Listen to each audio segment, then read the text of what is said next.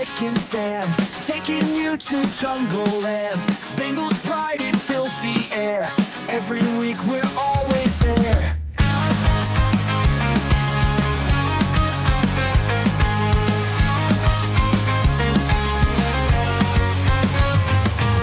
Touchdowns, tackles, all the plays. Bengals roaring every way. Stories, news, and game recaps. Jungle Juice, we bridge those gaps. Welcome to the Jungle Juice. Mick and Sam, let's break it loose. Cincinnati, hear our call. Bengals fans, unite us all.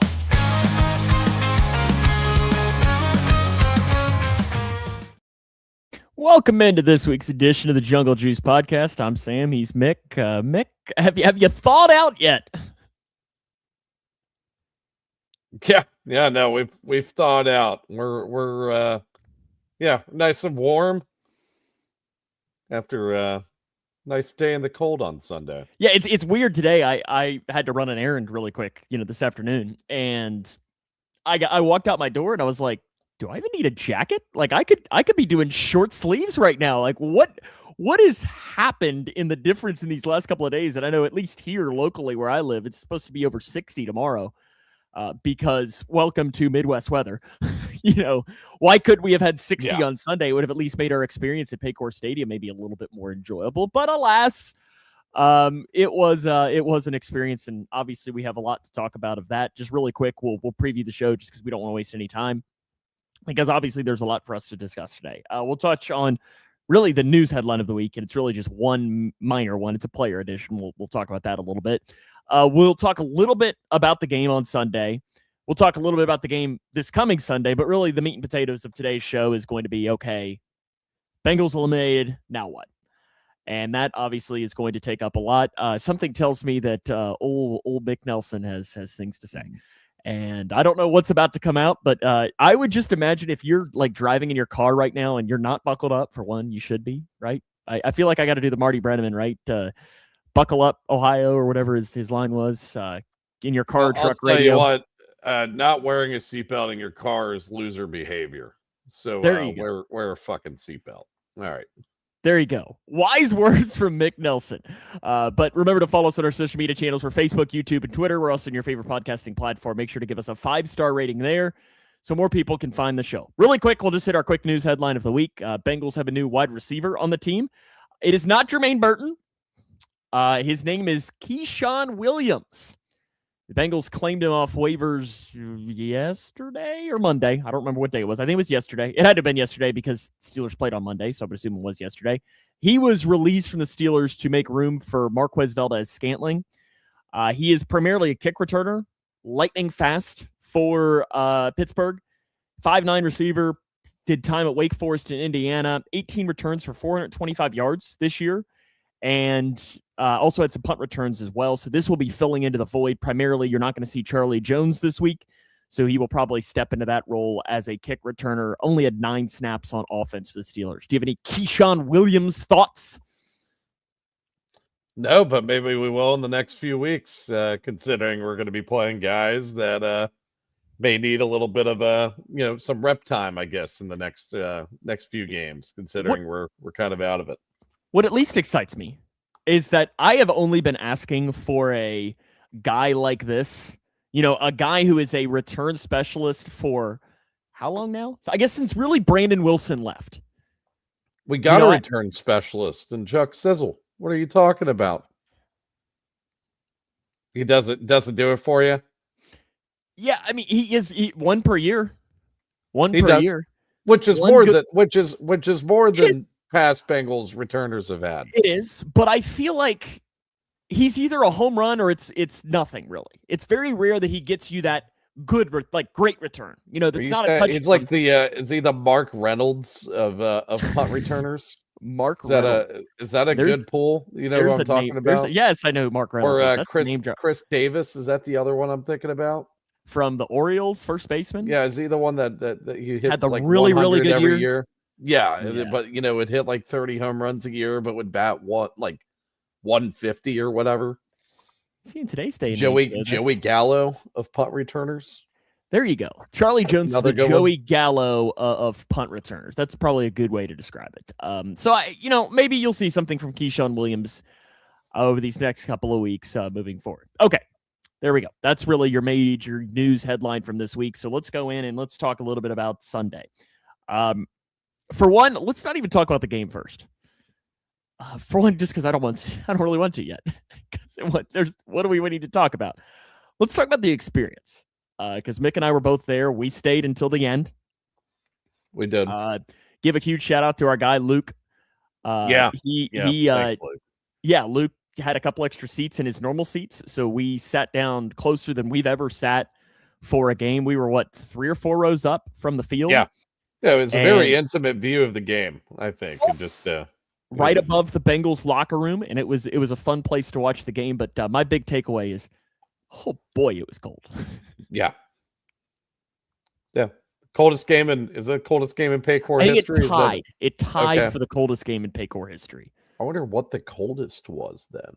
I had to have been like an early. Yeah, I don't remember off the top of my head for it. It's not one that we'd ever experienced, but we did a pretty good job, I think, as far as preparing for it.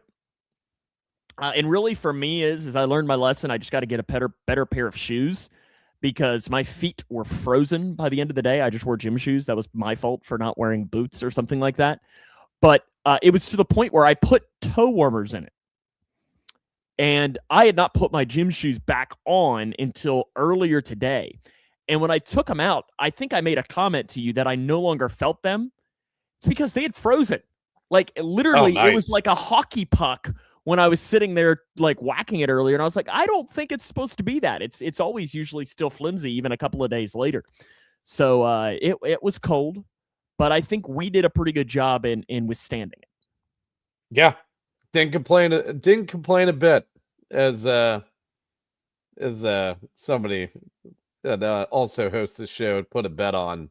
Yeah, I was it would surprised take for me to complain. I was surprised. You complained before you walked outside, though. You did do that. I did. You did. So quite I guess bit. okay. You did quite a bit before. So, but once you got outside, you didn't complain too much. Now, obviously, the big story coming out of the game was that the seats weren't cleaned off. We were both there, and yes, were our snows covered in seats? Yes. Were our seats covered in snow? Yeah, they were. Was the ground had some snow on it? Yeah. Had plenty. It's probably why your feet were cold. That's absolutely why my feet were cold. I'll be honest, though, it didn't bother me that much. If somebody had told me, well, this is a customary thing in snow games, and that the NFL teams aren't expected to, really take care of it that much out of the game, for fans in the game, I would say, yeah, it doesn't bother me that much, or like I wouldn't have thought anything of it. It'd be like, oh, there's snow everywhere. The fact that they're supposed to be doing shit like this and they're just refusing to do it, they're just going to pay a fine instead, is kind of where, I don't know. Part of me is also kind of like, you had thousands of fans show up to this game, one of the coldest games in franchise history, and you didn't even try. I don't know. I wasn't. In their defense, it's not like they did nothing. I mean, all of the pathways were open, like you could get into the stadium and everything like that. It was just once you got down into the seats, that's where you had issues. The stairwells were clear. So there were things like that they at least did do. But as far as the seats, they were covered. I mean, whatever. To me, and I went in with an open mind, really, with the cold and everything. I was just like, I just want this to be an experience. Like, let's just have fun, And boy, was it an experience. Yeah, and I was like, you know what? I guess it added to the experience. Whatever. It didn't necessarily bother me. Now, the game, it sucked. Mm-hmm. It sucked. Okay, let's start with the offense.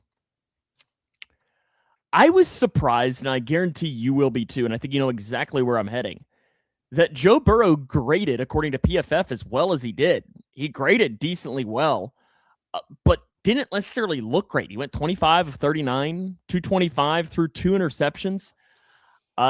It was weird that he graded as well as he did.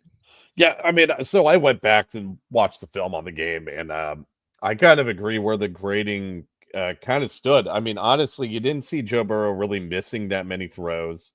Had one turnover-worthy play, and I don't even know if we could even charge him with that, because the turnover-worthy play that they charged, the one where he was getting drilled in that third and goal or second and goal, early on in that fourth quarter, and that definitely changed the trajectory of the ball.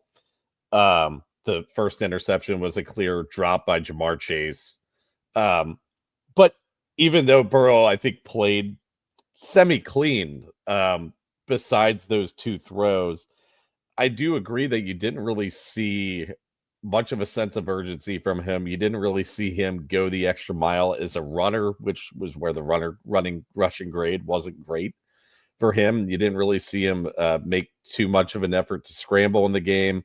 Don't know of how much of it had to do with the cold or whatnot, but also your team winning this game propels their playoff chances by quite a large margin.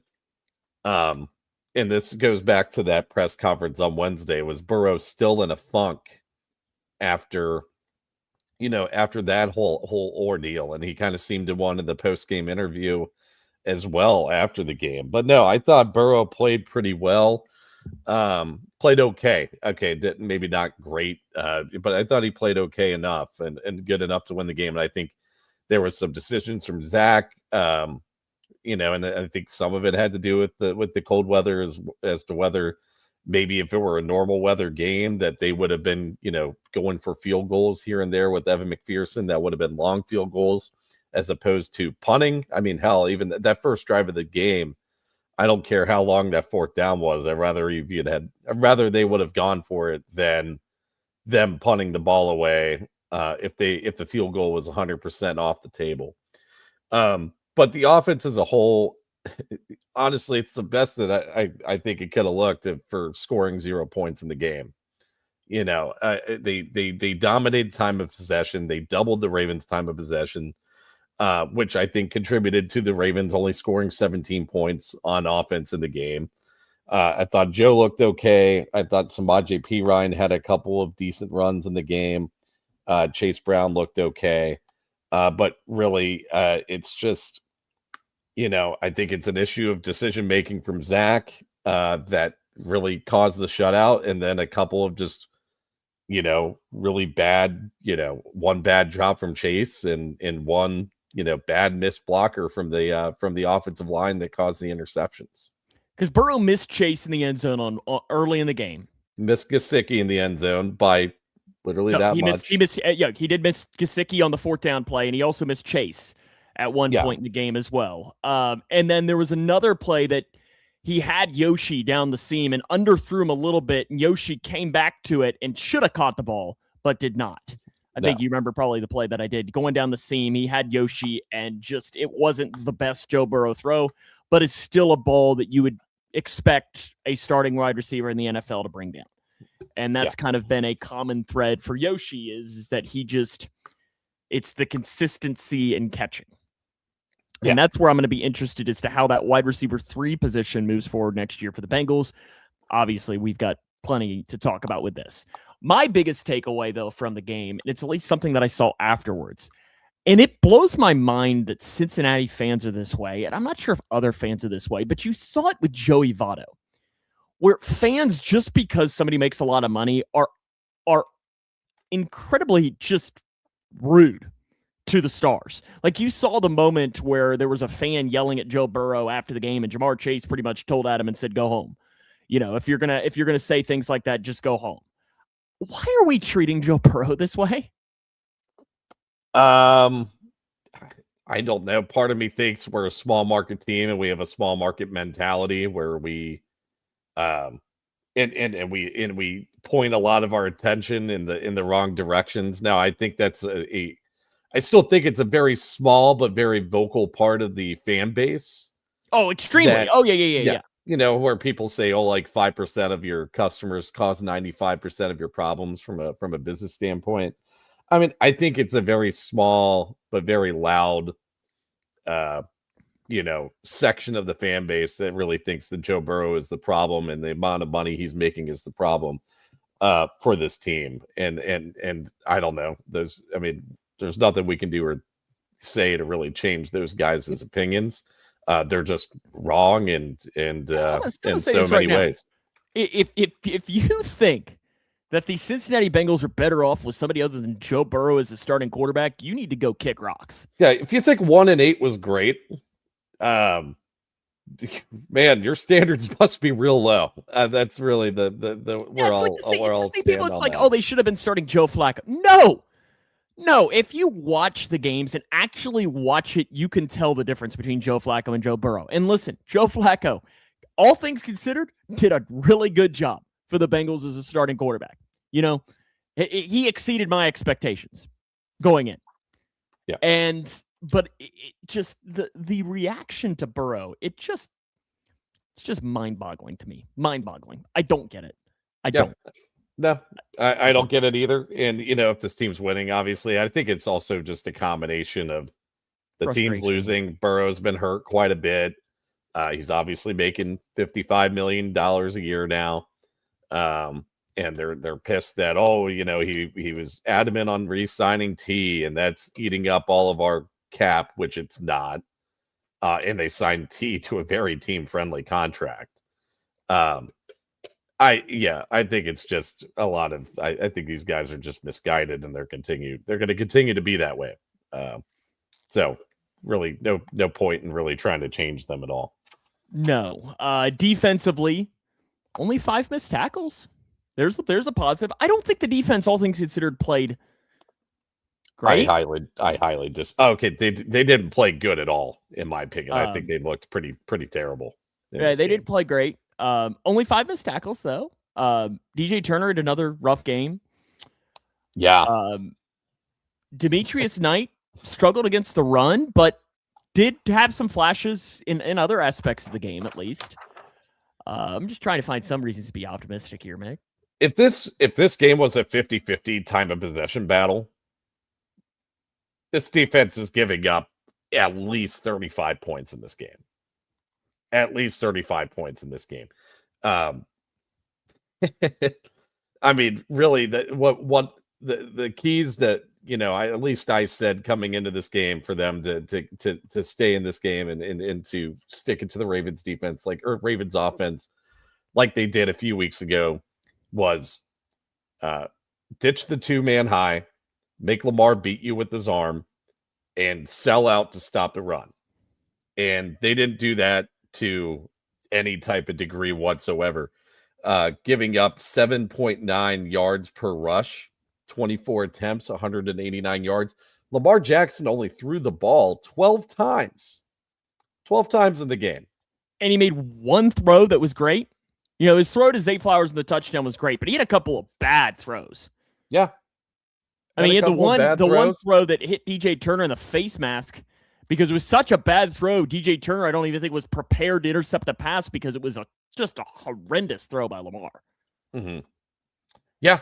It was, so you had a couple of bad throws from Lamar, and he also only threw 12 times in the game. You got lucky with a couple of bad drops from Zay Flowers, which I think I don't know. You say it's a bad throw. Oh, you're talking about the one that DJ Turner should have had. The one that Jordan Battle had was a huge drop from Zay Flowers. It was a good ball from Lamar. And then another good ball from Lamar that resulted in a drop in the end zone from Zay Flowers, which took a touchdown off the board. I didn't really see anything from this defense besides from a few good pass rushing sets here and there that ultimately caused 3 punts in this game that made me encouraged by the defense at all. I think they took a huge step back. They let Rasheen Ali and Keaton Mitchell and Derrick Henry and company run all over this team. I don't know if it's a game plan issue from Al Golden. I'm not going to use the cold as an excuse, though, because both teams are playing in the cold. And, You're expected to make to make plays, regardless of what the temperatures are out there. You guys are making good money to go out there and live out your dreams and play in weather like this from time to time. I don't know. Terrible. I thought it was an awful game for the defense. And like I said, it really the reason why it wasn't more of a blowout than what it was is that the Bengals had double the amount of the time of possession that the Ravens had. Okay. Now what? Bengals are officially eliminated from the playoffs. Yep. And now I think there's kind of two pathways we can take here. And I'll let you say which pathway you think you well, we didn't even talk about the huge news from the week. And what's that? The extra year on Zac's contract. That's where I'm headed. That's where I'm getting. That's where I'm getting. Yeah. Yeah. The huge news of the week. I think you're making bigger. I don't know. Okay. So to me, there's two pathways that we take now. And that is, Paul Dehner's report earlier this week, which is the one you're talking about, or it's Joe Burrow's comments from earlier this afternoon. Which pathway do you want to take first here for us to discuss right now? Well, the Zac Taylor news came out first, so let's go with that. So, Paul Dehner, in an article yesterday morning, I believe, on The Athletic, he reports that he expects pretty much, Duke Tobin, and it's something we've said on this show forever. He's family. He's not going anywhere. Zac Taylor signed, 2 extensions, one after the Super Bowl and one after the AFC Championship. And then Al Golden, he expects probably will be back too. It's pretty much the long story short. So let's start first with the Duke Tobin thing. Let's just go in order from top to bottom. Duke Tobin being back, for one, listen, I think we both agree that something new needs to happen there. But I think we both agree that that just wasn't going to happen. I don't know if Duke Tobin is ever leaving this franchise. Like I was never expecting Duke Tobin to leave. I think that, they mean what they say when they say that Duke Tobin is pretty much a family member of the Brown family. Like he is their guy who's pretty much front and center for the front office, making most of the decisions, at least in terms of the drafting and somewhat of the free agency player personnel types of additions and to the team, I guess. I don't think that he's ever going to leave. Like he's been here for almost 30 years or even over 30 years. I can't remember when he started. I think he started 1999. He's been here for almost 30, long time, about 25 years. And I don't think that was going to change at all. So anybody that was hoping that they would sign a GM and, have other guys kind of take control of the whole front office functions or whatever, I think that was wishful thinking. It's just something the Bengals will never do. Well said. The Zac Taylor aspect. I think it was pretty well known that he signed his contract extension after the Bengals went to the Super Bowl. And guess what? He deserved it. He took the team to the Super Bowl, third coach ever to do that. When that happened, he absolutely deserved to get a contract extension. And I don't think you disagree with that in the least. Correct? No, I don't disagree with that. And then he got another year added to it after taking them to the AFC Championship game, which again, at that point, I don't think anybody would have really disagreed with that because he's coming off of arguably, in fact, I don't even think it's arguably, the best 2-year stretch in the history of the franchise. Yeah, I'm not saying I disagreed with the move. The thing that I don't like about it is why the secrecy about this extra year that was added on to Zac's contract.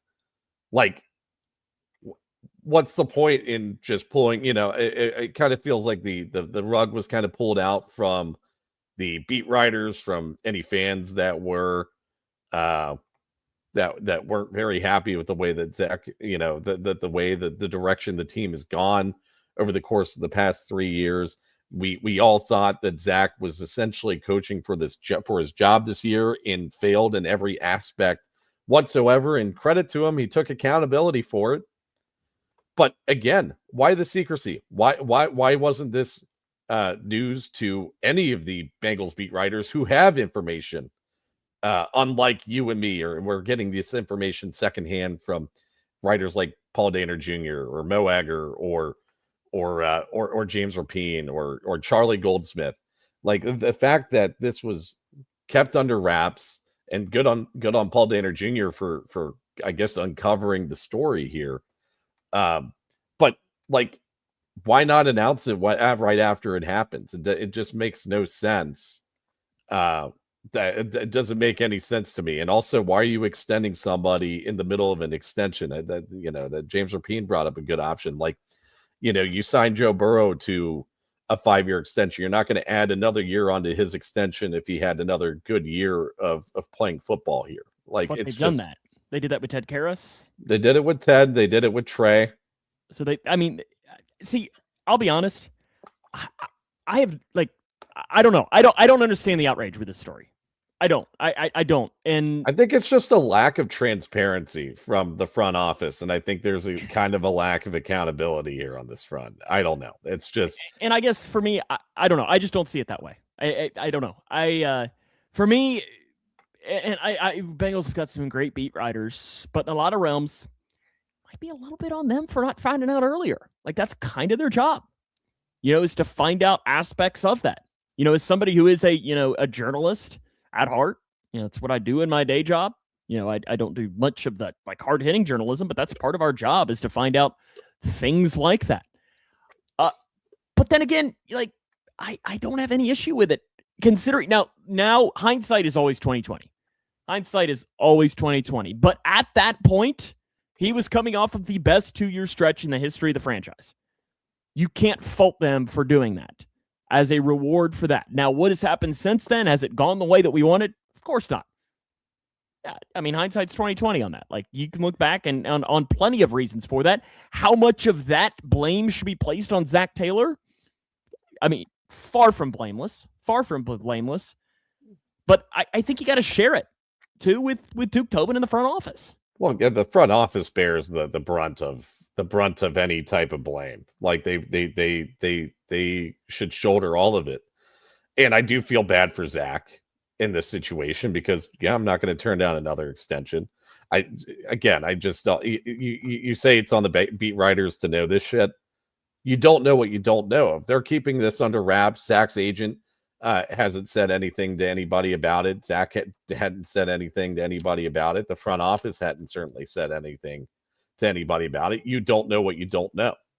But yeah, I mean, I don't know. I just don't think the journalism industry is all about relationships and trust.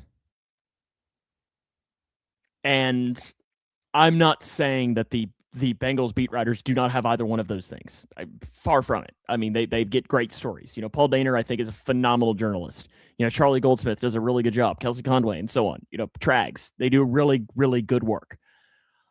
But these are things that, it's like, I mean, to kind of use your example, and it's nowhere near the same thing of, if there's corruption happening, they don't want you to find out about it, but it's a journalist's job to find out about it. Now, it's not a perfect example, but that's kind of the job, is to hear these things and so on and keep track of it. But I don't know. I don't know. I just have no issue even with the extra year. I don't really know that it had to have been released. So I don't know. I mean, they could have just kept this thing under wraps. We could have been kept in the dark, and we would have just been like, "Oh, Zac's coming back for 2026." It very well could have been something in his contract too that was an automatic year extension. I think Mark Stoops for Kentucky in his contract had it to where every single time he won like 7 games, he got an extra year on his contract. So you never know if there was some semblance of an incentive in his contract too, that if he made it to the AFC Championship game, he got an extra year. There could have been something like that in that as well. Now, I don't know how many NFL head coaching contracts are made that way, but still, alas, it's still a thing. And it more than likely, I think, does mean that Zac Taylor will be back next year. And, I don't know. I am much more pro Zac Taylor than you, but I've always been more pro Zac Taylor than you. That is Yep. Here's my thing. At the end of the day, we're 3 straight years of missing the playoffs with the best quarterback in franchise history. You've got to hold somebody accountable for it. The Bengals front office has no accountability whatsoever, and they haven't had any really in their entire existence, so you can't expect them to do that there. So you're saying they need an accountability buddy? They need somebody. Somebody's got to shoulder the blame. If you're telling me how unacceptable these past 3 years have been, and you're not, and especially this season, you want a scapegoat. Somebody needs to take the fall for it. Mm-hmm. And there's plenty of blame to go around to Zac and Al Golden and all these other coaches on the staff as well. It's not just the front office, even though I said they should shoulder the blame. Somebody, there has to be some type of answer for the fan base here, or else you're going to see fans starting to revolt, which you're already starting to see this from the fan base. I'm not going to call them fair weather fans. By the way, they're some of these fans we've known to be fans for decades. That they were Bengals apologists during the whole Carson Palmer debacle. And not saying that whole situation's happening with Burrow or anything like that yet. But, you start to get burned so many times by this front office. I mean, I don't know why anybody would just sit there and just want to feel numb to it at this point. So the Bengals, really the only people that can hold this front office accountable are the fans. And Joe Burrow. We'll see on that. And Joe Burrow. And we'll come back to that aspect of that. Al Golden, it sounds like, will be back as well. Again, that would be somebody falling on the sword too for issues that I don't know how much. Like, has he been good? No, obviously not. But how much of that is he's polishing a turd? And you could really only polish a turd so much. And there are some big issues on this defense. And is it all Al Golden's fault? Of course not. How much of it is Al Golden's fault? Like, if the Bengals defense this year had Dick LeBeau, I don't know. Who's the best defensive coordinator? Vic Fangio. There you go. Vic Fangio. Would they be anything? I don't know. And I don't know the answer to that. Here's my thing. And, I've said this point plenty of times. Al should shoulder a little bit of the blame on this defense. And I'm not saying he should. Just for the pure personnel decision-making that he's made on this defense. And go back to the Logan Wilson trade or the Logan Wilson benching. Really, you're going to, throwing out Barrett Carter and Demetrius Knight, 2 rookie linebackers, and just to see if it'll stick. And those are both hires that happened under Al Golden. Those aren't draft picks that happened under Al Golden. These aren't loose guys that got transferred over into the season that Al Golden inherited. These are guys that Al, we would assume, had some type of responsibility in bringing on to the team. Players like Demetrius Knight, Barrett Carter. You haven't seen a damn thing out of Shamar Stewart. You haven't seen any development from really any of these rookies on defense. Maybe you've seen Miles Murphy has some flashes here and there, but he's far from a very good edge rusher. So yeah, and that was the issue we had with Lou too, is the lack of development from all these younger guys. And it seems that that's just continuing to trend in the wrong direction, even under the leadership of a new defensive coordinator. I think your issue is that Lou Anarumo wouldn't play young guys, and Al Golden is playing too many young guys. And we need to find that sweet little middle where you can kind of sprinkle some of those younger guys in there along with some veterans. But I think also you look at, one of the veteran signees on the defense was Oren Burks, and he has been garbage this year for the Bengals. Yeah, wasn't this supposed to be Al Golden's specialty too? What was it? Yeah, his specialty is supposed to be linebacker play, and frankly, I don't think I've seen worse linebacker play out of this team since I've started watching. It's been pretty bad. I mean, it's been bad since the last time Al Golden was the linebackers coach in 2021. It's not like Jermaine Pratt and Logan Wilson were very good when they played that year, even though they did go to a Super Bowl and whatnot. I don't know. Like, I don't want, part of me, thinks, Al Golden shouldn't have to shoulder much of the blame, considering it's his first year and, they didn't really have a robust free agent signing period because they were dealing with the extensions of Jamar Chase and T. Higgins and whatnot. And his best defensive player has played 4 games. Yeah, like six games, I think. Okay. But he was hurt for a lot of it, didn't have any training camp in Trey Hendrickson. And, that is a discussion for another day as to who shoulders the blame for that. But in Al's defense there, that's not his fault. That would be more towards the front office. And then, and we've exhausted the Trey Hendrickson thing. You can't be putting your eggs into one defensive player because of the exact same, because of that exact same situation. Like you just mentioned, got hurt in week 6. You haven't really seen him since. And you won't. No. You won't. Is there any chance Trey Hendrickson's back next year? No. There's 0% chance unless they decide to tag him, which that would be utterly cruel by this front office to do. If they do it, I think it's a tag and trade. But I don't think that even happens. 1% at the high end, I think, of chances that he's a Bengal next year. Joe Burrow did talk earlier today, and he said 2 interesting things. For one, they said, do you expect to be the Bengals starting quarterback next year? He said, yeah. Like, it was a pretty confident answer. And then followed up and pretty much asked, like, do you ever see yourself playing for other teams? And he pretty much said, those are things to think about or things, to do that. I don't know that there's that much in that. Like, it's not nothing, but at the same time, I think I don't know. I just Yeah, of course, things are thought about there. Who doesn't ever think about that? I mean, it'd be the same thing as for you, Mick. Have you ever thought about working for a different job or a different accounting firm? Yeah, sure. Have I ever thought about working for a different radio station? Of course, yeah, sure.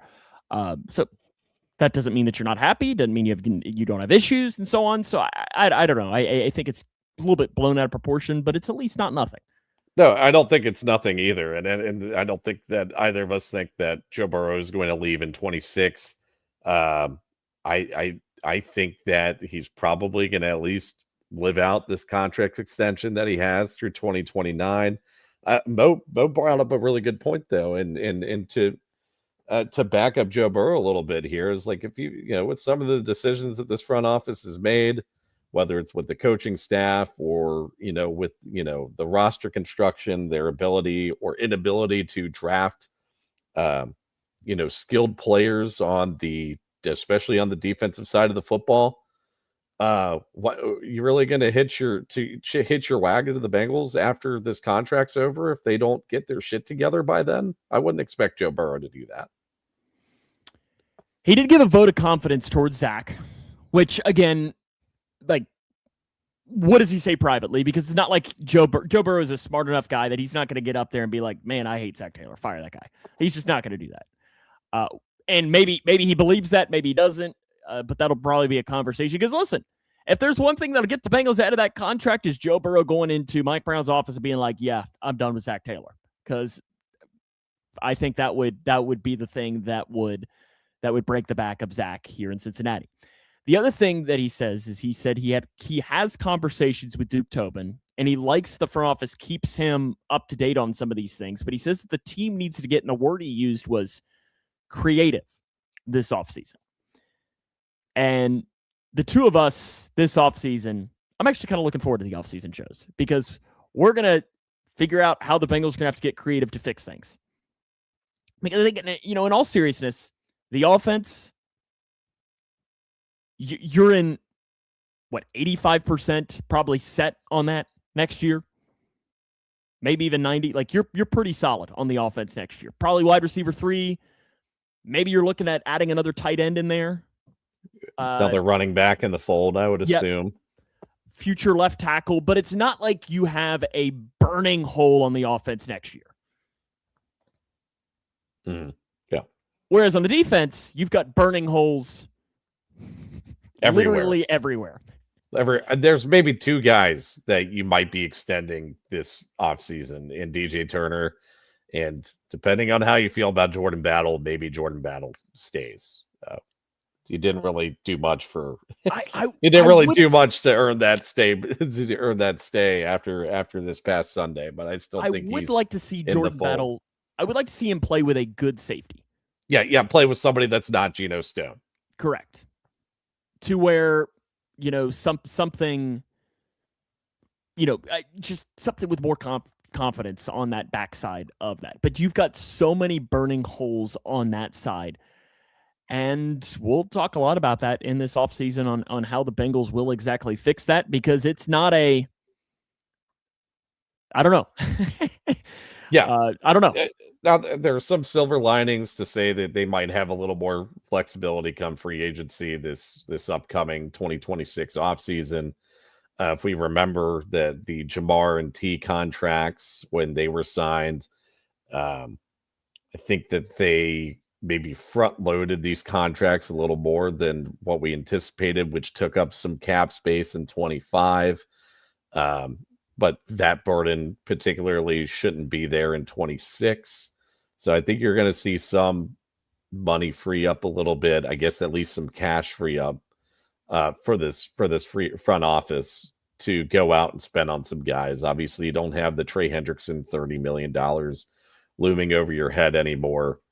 But you have a lot of work to get done in one offseason if you're looking to get back to the playoffs. I think the Bengals right now are about 80 million in cap, I think is what it's projected to be next offseason. They've got plenty in cap. I think it's about 80. So really, though, the Bengals like to keep about 15 to 20 in cap space for whatever damn reason. I have no idea. That's one thing I don't understand that. But so you got about $50 to $55 million in cap space to try and fix the defense in the offseason. You do. And the pro is that you might not be able to get bargain defensive free agents, but I think you could get some bargain offensive free agents, because if you're wide receiver 3, you know, who was the guy that you kept bringing up over the offseason to bring in? His name, it's now escaping me. Of being like a perfect fit to potentially slide in as a bargain wide receiver free agent, because if you're trying to get maybe a Nick Westbrook-Akine, wasn't he one of those guys on that list? Maybe a couple of years ago. I mean, I liked Josh Palmer last year. Josh Palmer, thank you. That's if T. Higgins was gone, though. Okay. But still, I think you're going to be able to find maybe a wide receiver 3 who is coming off of his first contract that wants to come to the Joe Burrow school of, let's play with Joe Burrow 1 year and cook, and then we'll get paid next offseason. So I think you'll be able to find some of that on the offensive side of the ball, but you're going to have to overpay probably for some defensive guys, and you're going to have to nail this defensive free agency class similar to what you did. And listen, say what you want about Duke Tobin and this front office. They nailed it in free agency in 2020 and 2021. I mean, did they have a dud? Trey Waynes. That was that 2019? 2020. That was 2020. Okay. One dud. But and even then, how much of that was just the injury? But I mean, DJ Reader, Trey Hendrickson, you know, it keeps on going down to Chidobe Awuzie. Like, you had a bunch of really good signings in there. Hell, Eli Apple. Like he wasn't great, but sure as hell better than some of the other things that we got. What a shock. Riley brings up Alec Pierce. He brought up 2 UC wide receivers. Yes. Trey Tucker is also a UC guy. Oh, yeah. What a shock. But yeah, I mean, it's a lot to ask to fix all of this in one offseason. You're going to have to see what pieces you feel comfortable with that currently exist, which, if you ask me, I mean, really feel comfortable with DJ Turner. Maybe you give Demetrius Knight another year at linebacker, which you've seen some flashes out of him later on in the season here, where he's played okay. I think he's been better in coverage, which is, you know, something here's what I want to do right now. I just yes or no right now. I have the Bengals depth chart right now, their active depth chart. And I just want you to say, if this guy is starting for the Bengals next season, week 1 on defense, are you happy? Yes or no? Okay, are you ready? Myles Murphy. Not particularly. Okay. Your favorite, well, actually, he's not quite your favorite Bengal, but TJ Slayton. No. I'd rather have McKinley Jackson starting than BJ Hill. Given that this 3-tech draft class looks pretty bad, I haven't looked at the free agency class. I'd be okay with BJ Hill coming back, but I'm not particularly thrilled about it. Joseph Osai. Presuming this would be a re-signing, obviously, with this one. Potentially, but also depends on what the market is for him. You know, Paul Danner Jr. and Jay Morrison are saying that he could be making up to, you know, They said that a potential contract for him would be like 3 years, $33 million. I don't think Joseph Osai is worth that. Barrett Carter. Absolutely not. Demetrius Knight Jr. I give him one more year. I give him one more year to see if he can show some huge strides. I think whether we like it or not, I think he'll be starting next year. Your nickel, we'll just put Dax Hill in this realm. And let's just go your corners of Dax Hill, DJ Turner, and let's just say Josh Newton. Definitely not Josh Newton. DJ Turner's fine. Dax Hill's fine. I would even consider bringing Cam Taylor-Britt back for a cheap 1-year deal. Just to round out that cornerback room. Yeah, I give him one more season. Re-signing Geno Stone? Geno Stone is... I would assume, considering he took a pay cut to stay on the roster this year, I would assume Geno Stone is all but gone after this season. So what? You're confident? Yes, was Demetrius Knight, DJ Turner, Dax Hill, Jordan Battle. So it's 4 starters on the Bengals defense that you're like, okay, I'd be okay with that next year. So that's 7 spots that you have to fill in that. I think you throw Miles Murphy into as one of those defensive ends. I think, he's a first-round pick. Shamar Stewart, where's he slide into that? I don't know. I don't know how much faith in that, but you've got a lot to work on in this defense, and obviously something we're going to be talking about a lot over these next couple of months. And honestly, I'm kind of looking forward to it. I like our free agency shows and our draft shows. If you're a fan of the draft, wait until April. We nerd out 100%. We put on our true nerd hats, and we go crazy. Okay, anything else you want to talk about as what's next, or should we at least touch on this Dolphins game on Sunday? I guess just do the Dolphins game. There's not much to talk about. 1 o'clock on CBS. Mick, I can't even watch the game. It's not even on in Louisville for my Louisville TV station, so I'm going to have to find out a way to Ravens do it. Game? No, it's... no, because the Ravens game's on at night. That's the game that got flexed.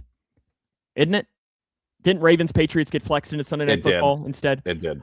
To be honest with you, I don't even remember what game it is that is on instead. But I was kind of like, really? Wow. That shows you how far this has fallen. Spiriditas and Adam Archuleta will be back on the call for that. John Hussey is the ref. Bengals 6-5 with John Hussey. Steelers Week 18 last year. Eagles last season. Chiefs in 2023 and in 2022. And one of my all-time Bengals favorite games, the Ryan Finley game. John Hussey was the ref. And anytime I can give the Ryan Finley game a shout-out, I'm going to. I think we need a moment like that right now. Bengals injury report. Noah Fant, B.J. Hill, Chris Jenkins, Charlie Jones, Joseph Osai did not practice. T and Drew Sample were limited. T remains in concussion protocol. For the Dolphins, Jordan Brooks, Elijah Campbell, Minka Fitzpatrick, Isaiah Johnson all did not practice. Kenneth Grant, Jason Sanders, and Waller were all limited. Okay. Bengals offense against the Dolphins defense. I mean, your positive is if you look at the grading wise, Minka and Jonathan Brooks or Jordan Brooks, are their 2 leading defenders, and they both didn't practice today. So, yeah, they can't really rush the passer. I mean, Bradley Chubb and Chop Robinson are their 2 best pass rush guys. So that's at least a positive, maybe. That's about all I wrote down here. Yeah, no, I mean, I think that the offense should bode pretty well against this defense. Like you said, Jordan Brooks, Minka Fitzpatrick are both questionable.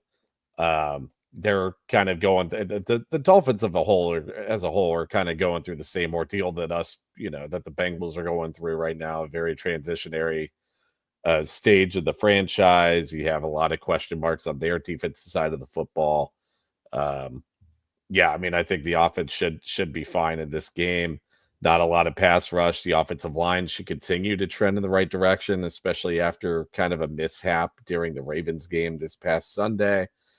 So yeah, I'm hoping that the Bengals offense can put up a lot of points here, and they should. And it's not going to be really that. It's going to be nice out. I mean, they've had to deal with the weather for the last couple of games. I think it was even cold on Thanksgiving night in Baltimore. But I mean, it was snow in Buffalo, and obviously whatever the hell it was on Sunday here in Cincinnati. But yeah, so at least you maybe get to play in some warmer temperatures in Miami. Switching sides, Quinn Ewers will be starting at quarterback instead of Tua. How's that make you feel? It should bode pretty well for the defense here. I mean, Quinn Ewers, 7th-round draft pick, has like a 29 overall grade on the season right now. He's only dropped back to pass like 10 times, I think.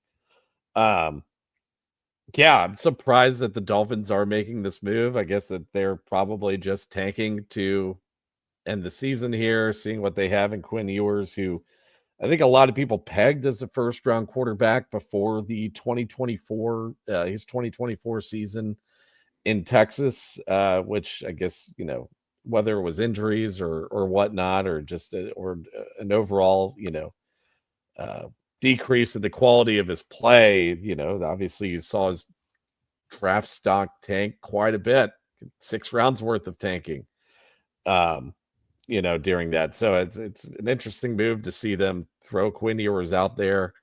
I think that this defense may look a little bit better against them. Kind of depends though on the rest of this offense. If Devon Achane can get it going, which you're gonna, with Quinn Ewers in the game, you're assuming that it's probably going to be a big Devon Achane game.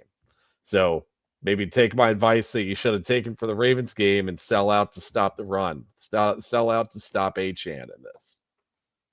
Here's just an interesting question for you. I'm guaranteeing somebody. I got eliminated in fantasy, so it's not me. But